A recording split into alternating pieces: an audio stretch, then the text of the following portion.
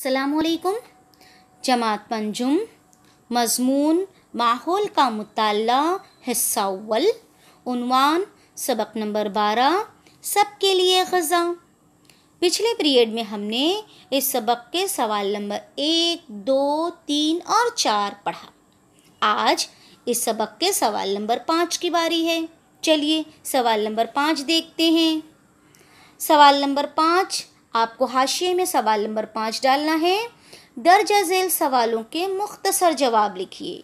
यानी दर्ज झेल यानी नीचे दिए हुए सवालों के आपको इस बार मुख्तसर जवाब देना है। चलिए उसका ज़िमनी सवाल नंबर 1 है, इस्लाह शुदा बीजों के इस्तेमाल के क्या फ़ायदे हैं। अब इस्लाह शुदा बीज यानी बहुत अच्छे जो बीज होते हैं उसका अगर हम इस्तेमाल करें तो क्या फ़ायदा पहुंचता है खेती बाड़ी में, ज़राअत में, बताइए आपको पता है क्या। इस्लाह शुदा बीजों से कम पानी में अच्छी फसल होती है और उन्हें कीड़े भी नहीं लगते। माशाल्लाह, इस्लाह शुदा बीजों की वजह से ज़्यादा पैदावार हासिल होती है। यानी ये बीज अगर हम इस्तेमाल करें तो पैदावार में बहुत ज़्यादा इजाफा होता है। फसलों को कीड़े नहीं लगते, यानी फसलों को कीड़े से भी बचाव हो जाता है, कीड़े भी नहीं लगते।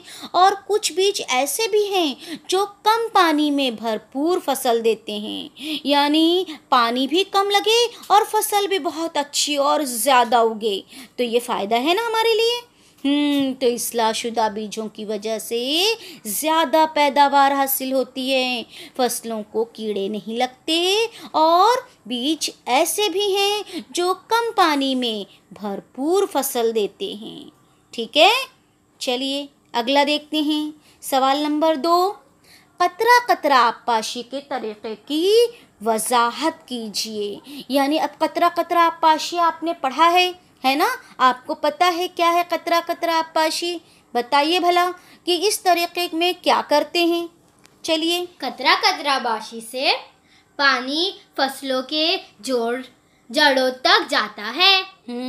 माशाल्लाह, कतरा कतरा आबपाशी के तरीक़े में सुराख वाला पाइप इस्तेमाल करते हैं। यानी पाइप में क्या कर दिया जाता है, सुराख कर देते हैं, इससे कतरा कतरा पानी निकलता है और आबपाशी की जाती है, फसलों को पानी दिया जाता है।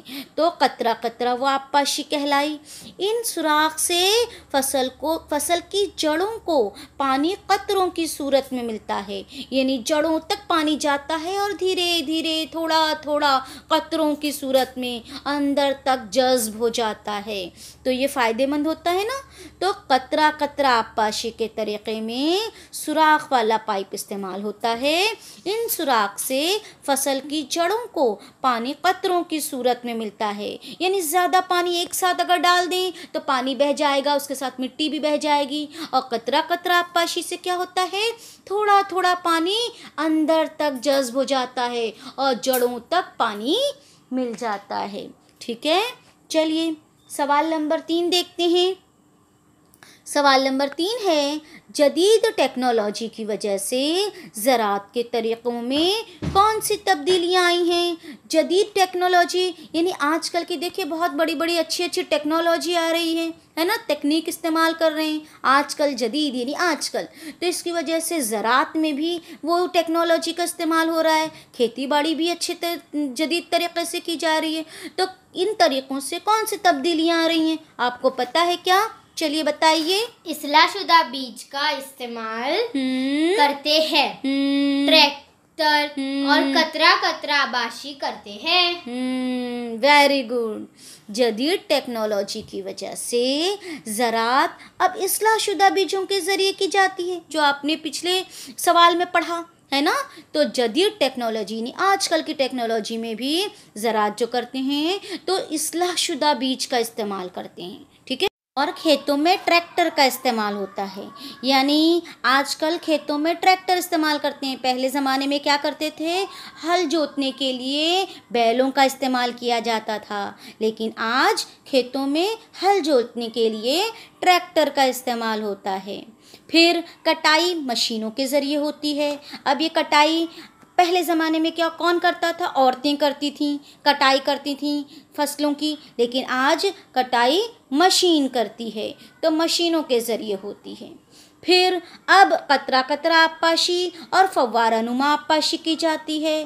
पहले आबपाशी कैसे की जाती थी, यानी बारिश का पानी इस्तेमाल होता था, बस वही पानी, या फिर थोड़ा बहुत पानी लोग ऐसे ही डाल देते थे। लेकिन अब कतरा कतरा आबपाशी होती है, यानी सुराख वाले पाइप से कतरा कतरा पानी डाला जाता है। और फव्वारा नुमा आबपाशी, अब फव्वारा नुमा आबपाशी ये भी आपको पता होगा।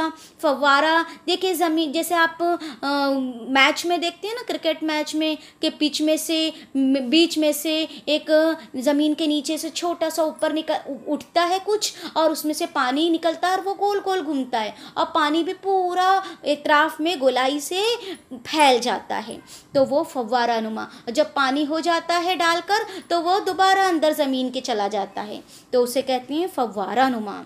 तो आबपाशी में भी, खेती बाड़ी में भी फव्वारा नुमा आबपाशी की जाती है। उसके बाद कीड़े मार दवाओं का इस्तेमाल होता है, यानी खेतों को कीड़ों से नुकसान पहुँचे ना, इसके लिए उसकी हिफाजत करें, इसलिए पहले ही कीड़े मार दवाओं का इस्तेमाल किया जाता है।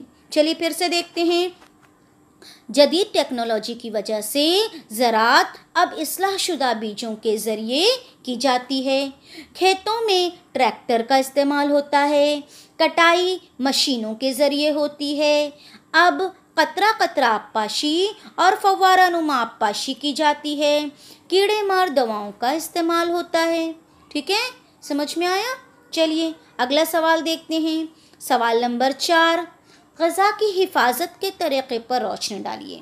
अब ये ग़िज़ा यानी अनाज की हिफाजत हो, किस तरह से महफूज रहे, उस यानी उग तो गया है, उसके बाद उसको महफूज रखना है, उसके क्या क्या तरीक़े हैं आपको पता है क्या? बताइए। दवा डाला जाता है और खुश्क जगह रखा जाता है। माशाल्लाह, ग़िज़ा की हिफाजत के लिए यानी अनाज उग जाने के बाद उसका ज़ख़ीरा किया जाता है। अनाज का ज़ख़ीरा करते हैं, उसको जमा करके रखते हैं गोदाम में, आपको पता होगा ना, गोदाम में उसको जमा करके रखते हैं। तो ज़रूरी दवाओं का छिड़काव किया जाता है। अब अनाज की बोरियों में या अनाज का गोदाम में ज़रूरी जो दवाएं होती हैं जिससे जरासीम ना लगें, वो दवाओं का छिड़काव किया जाता है। फिर अनाज के ज़ख़ीरे में यानी अनाज की बोरी में भी, ज़ख़ीरे में भी निम्बोली यानी नीम के पत्तों से निम्बोली बनाई जाती है। वो निम्बोली, उसकी नीम की गोलियां होती हैं, वो निम्बोली डाली जाती है। और नीम के पत्ते ये भी डाले जाते हैं, नीम के पत्ते भी आपको पता होगा, है ना? तो नीम के पत्ते भी डाले जाते हैं ताकि अनाज के ज़ख़ीरे अच्छे से रहें, हिफाजत हो। उसके बाद फफूंद से बचाने के लिए, फफूंद यानी उसमें बारीक बारीक जो वो सफ़ेद सफ़ेद आ जाता है ना, जो ख़राब हो जाती है चीज़ें, तो सफ़ेद सफ़ेद कीड़े जैसे होते हैं वो लग जाते हैं। तो वो फफूंद से बचाने के लिए ज़ख़ीरे के मकाम को खुश्क जगह रखा जाता है। क्यों? क्योंकि फफूंद जो है वो नम जगहों पर लगती है ना, ख़राब होती है चीज़ें जहाँ नमी हो तो फफूंद लगती है। तो फफूंद से बचाव के लिए ज़ख़ीरे के मकाम को खुश्क जगह रखा जाता है। और हवा की आमद-ओ-रफ्त का भी ख्याल रखा जाता है, यानी हवा जो आती जाती रहे, यानी कमरा जो है उसमें हवा आनी और जानी भी चाहिए। एकदम पैक रहेगा तो भी चीज़ ख़राब हो जाएगी, है ना? तो हवा भी आती जाती रहे, यानी कुछ ऐसी खिड़की वगैरह रहे जिससे हवा आती और आमद-ओ-रफ्त यानी आती जाती रहे। ठीक है, तो हवा के आने जाने का भी ख्याल रखना चाहिए। ठीक है, चलिए दोबारा देखते हैं। ग़िज़ा की हिफाजत के लिए अनाज का ज़ख़ीरा किया जाता है, ज़रूरी दवाओं का छिड़काव किया जाता है। अनाज के ज़ख़ीरे में निम्बोली और नीम के पत्ते भी डाले जाते हैं। फफूंद से बचाने के लिए ज़ख़ीरे के मकाम को खुश्क जगह रखा जाता है और हवा की आमद-ओ-रफ्त का भी ख्याल रखा जाता है। ठीक है, यहाँ आपका सबक यानी सवाल नंबर 5 ख़त्म हुआ। ठीक है, पिछले पीरियड में हमने सवाल नंबर 1, 2, 3 और 4 किया था, आज हमने सवाल नंबर 5 किया। अगर आपको ये वीडियो पसंद आए तो हमारे चैनल को लाइक, कमेंट और सब्सक्राइब कीजिए, ताकि हम जो भी वीडियो अपलोड करें उसकी नोटिफिकेशन आपको मिल सके। शुक्रिया। अल्लाह हाफिज़।